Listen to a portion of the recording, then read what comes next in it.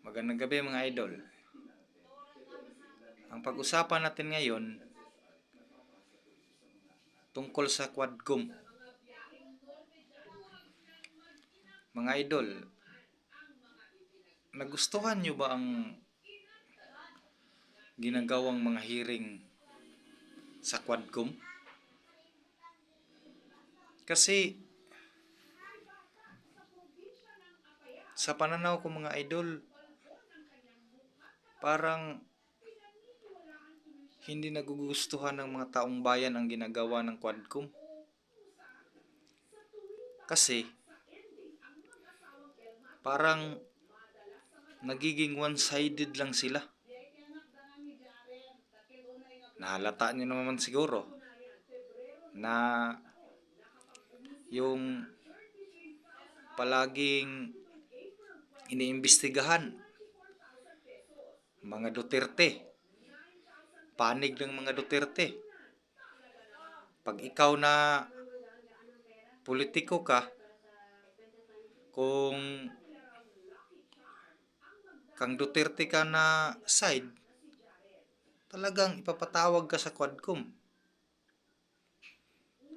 One-sided yung investigasyon sa Quadcom, mga idol. Nakikita naman ng taong bayan yan. Parang may script talaga silang sinusunod.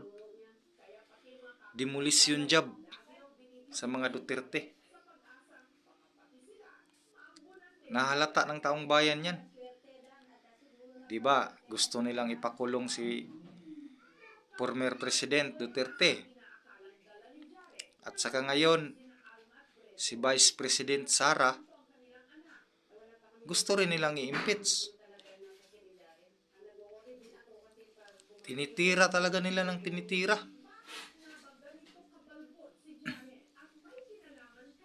Nahalata talaga na parang iwan ko lang kung anong mangyayari dyan. Sa palagay nyo ba, ngayong susunod na taon, gagalaw kaya ang Quadcom? Yung impeachment, ipupos kaya nila yan? Trabahuin kaya nila yan? Pipirmahan kaya nila para mapunta na sa Senado yung impeachment? Mag-antabay lang tayo mga idol kung anong mangyayari sa susunod na taon. Kaya nga tumindig yung INC.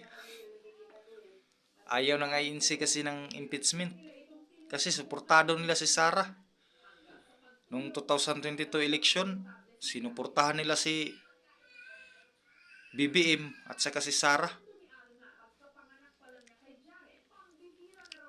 At saka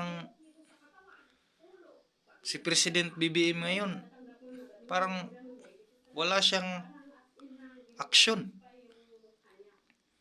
Wala nga siyang statement tungkol sa gagawing rally ng INC. Tahimik na tahimik si President ngayon, Presidente BBM. Para bang dapat pa nga matuwa siya kasi yung pahayag niya na hindi makabubuti sa isang buhay ng Pilipino ang impeachment. Dapat nga proud siya kasi sinuportahan ng INC yung ano niya, opinion.